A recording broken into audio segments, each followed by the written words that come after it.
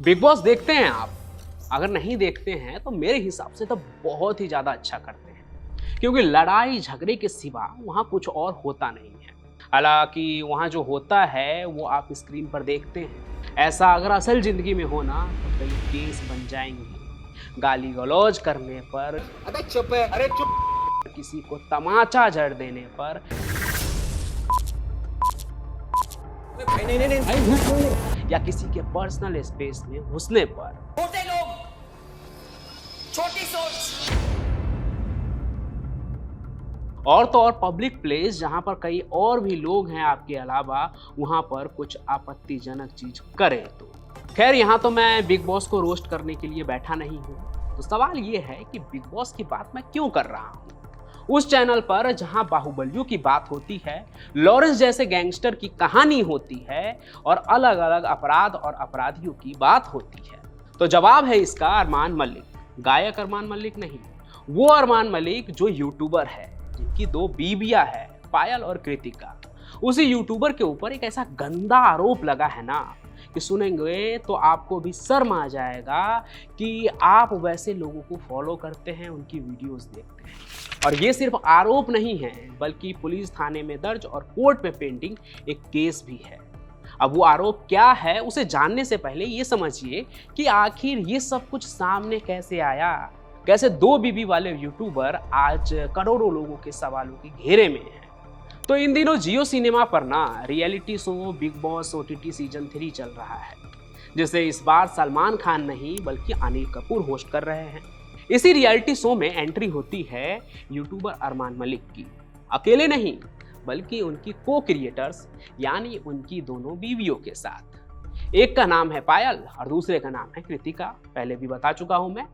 अब बवाल तो 2 बीबी के साथ रियलिटी शो में एंट्री के साथ ही शुरू हो गया था। आम जनता से लेकर सेलेब्स तक ने शो मेकर्स पर उंगली उठाई थी, लेकिन शो चलता रहा।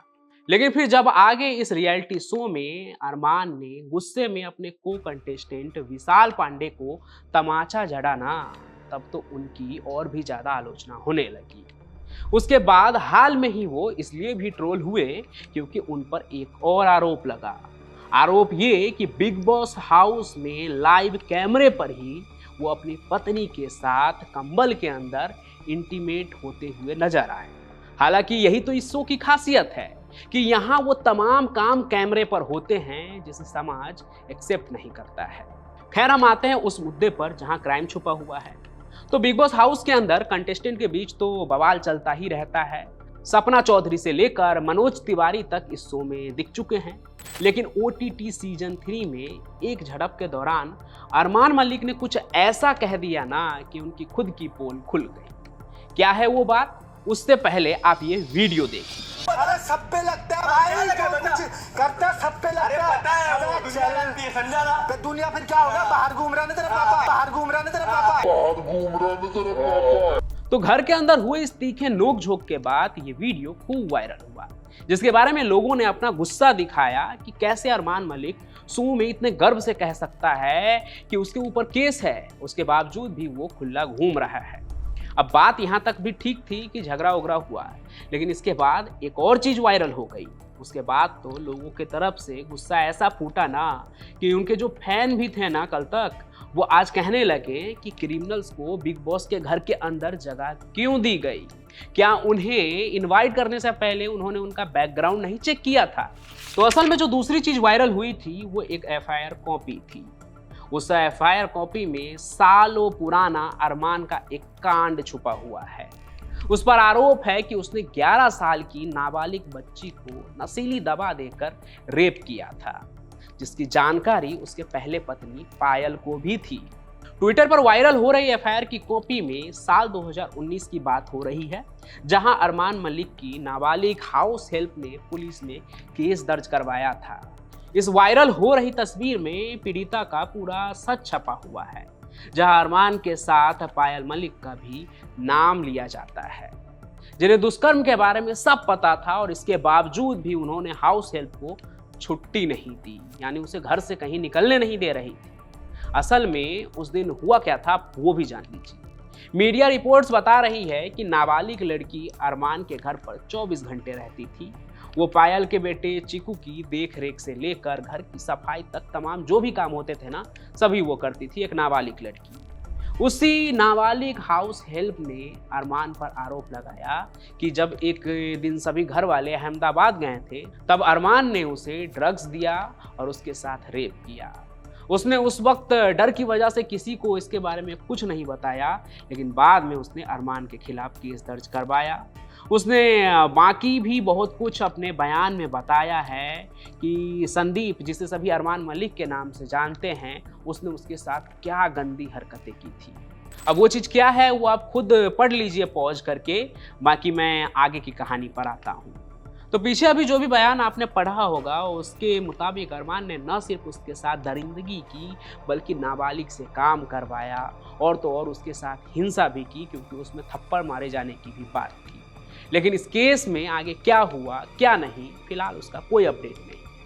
मगर हाल ही में जब बिग बॉस से पायल मलिक बेघर हो गई, तो उनसे जब इस मुद्दे पर सवाल किया गया ना, तो पायल ने इस पर कोई जवाब नहीं दिया, एकदम इनकार कर दिया इस पर बात करने से। हालांकि आपको बता दूं कि अरमान मलिक के खिलाफ जो ये केस है ना, वो दिल्ली के निहाल विहार थाने में दर्ज हुई थी, लेकिन इन दिनों ये केस एकदम ठंडे बस्ते में चली गई है। और सोचने वाली बात तो ये है कि 5 साल हो गए, अरमान मलिक इस बीच स्टार भी बन गया, लेकिन पुलिस उसके खिलाफ कोई सख्त कार्रवाई क्यों नहीं कर पाई। बीते दिनों जिस तरह से ये मामला उठा था ना, तो ऐसा लगा कि अरमान को उसके किए की सजा मिलेगी, कोर्ट में जो केस पेंडिंग है उसके ऊपर तेजी आएगी। लेकिन उसके केस के तरह ही वायरल हुई FIR कॉपी भी ठंडे बस्ते में चली गई है। आज अरमान के पुराने कांड से ज़्यादा उसके पत्नी के बीच लड़ाई और उनके रिश्तों को लेकर कंफ्यूजन ज़्यादा ट्रेंड कर रहा है। रिपोर्टर अरमान के दूसरे पत्नी से सवाल पूछ रहे हैं कि आपको ऐसा नहीं लगता कि डायन भी 7 घर छोड़कर वार करती है, उस कहावत को भी आपने पीछे छोड़ दिया क्योंकि आपने अपने ही दोस्त के पति पर डांका डाल दिया, उससे शादी कर ली। पहले तो पायल की मजबूरी का फायदा उठाया, डायन भी 7 घर छोड़ करके वार करती है। मुझे लगता है कि उनकी 2 बीवियों के जगह उस केस पर बात होनी चाहिए जो पेंडिंग चल रहा है, और अगर अरमान मलिक दोषी है तो उसे सजा भी मिलनी चाहिए जिसका वो हकदार है। बाकी आपको क्या लगता है वो कमेंट करके शेयर जरूर कीजिए, और इस वीडियो को आज लाइक करने तो नहीं कहूँगा, लेकिन ये जरूर कहूँगा कि आप शेयर जरूर कीजिए ताकि ज़्यादा से ज़्यादा इस बारे में अवेयरनेस फैल पाए। बाकी इस चैनल को सब्सक्राइब कर लीजिए आप, ताकि ऐसी कहानी जब मैं लेकर आऊँ तो वो आप तक जरूर पहुँचे। और हम फिर मिलेंगे नए सफ़र में, तब तक के लिए आपका बहुत बहुत धन्यवाद।